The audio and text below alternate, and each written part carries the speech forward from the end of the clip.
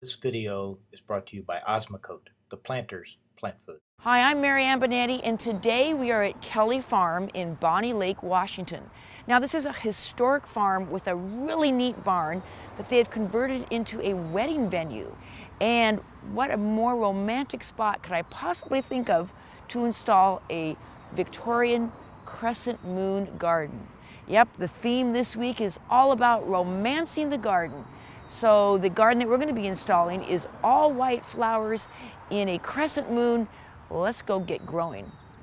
Well, here I am with some beautiful white flowers. What could be more romantic than a garden that smells great and glows in the moonlight? You know, the Victorians had it right. The Victorians did what we call a crescent-shaped half-moon garden, and we're going to recreate that today here at Kelly Farms in a romantic garden style. Just go to the nursery and choose flowers that, like this sweet alyssum that smells so great, the old-fashioned snapdragons that bloom all summer long, and this is a wonderful phlox. Now, phlox is a perennial that comes back year after year. This is called Volcano Phlox. But first, I'm going to introduce you to Jamie Burke. Hi, Jamie. Hi. Thanks for helping us out here. Now, Jamie is a soil specialist with Cascade Compost out of Puyallup, Washington, a local soil producer. So, Jamie, you're the one that helped us pick out the soil for this garden bed. And tell us, what should you look for when you're picking out topsoil? So when you're looking for topsoil, you want to make sure that it's rich, but also free draining. All right. So you can see that this soil we've added Cascade Compost to it, so it's a really rich draining soil. It's well graded. Your annuals are going to do beautifully in it. Okay, now here's my question that a lot of people don't understand. Great topsoil, compost, do we still need to fertilize? Absolutely.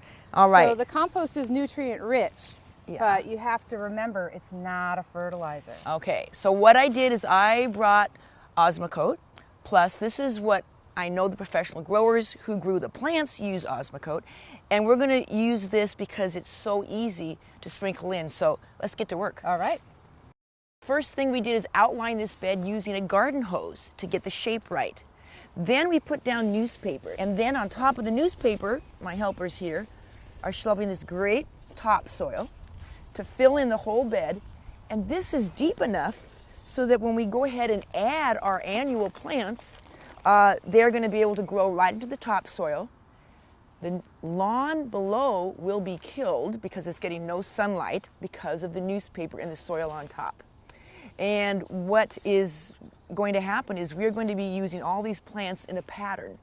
That's something the Victorians did as well. Bedding out means they did a pattern that repeated itself so that we had a gorgeous display of all white blooms.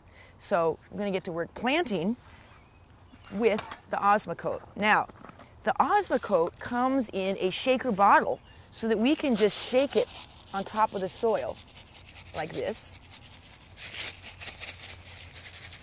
And then when we add the plants will have the fertilizer that is slowly released into the soil all around them. Now let me give you a little tip when you plant. When I take these little guys out of these containers here, if they don't come out easy like this,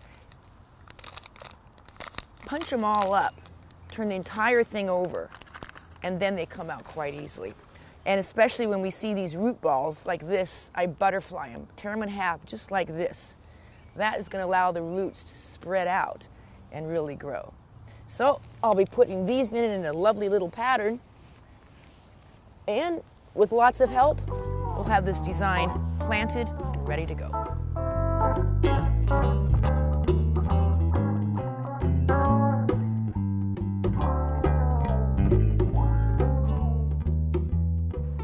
So now it's been just a couple of weeks, and you can see how the white flowers are starting to fill in and cover the ground. This whole idea of a crescent moon, all white garden, the Victorians were so impressed with romance in the garden that it created a little niche to add 2 white chairs. And what could be more romantic than that?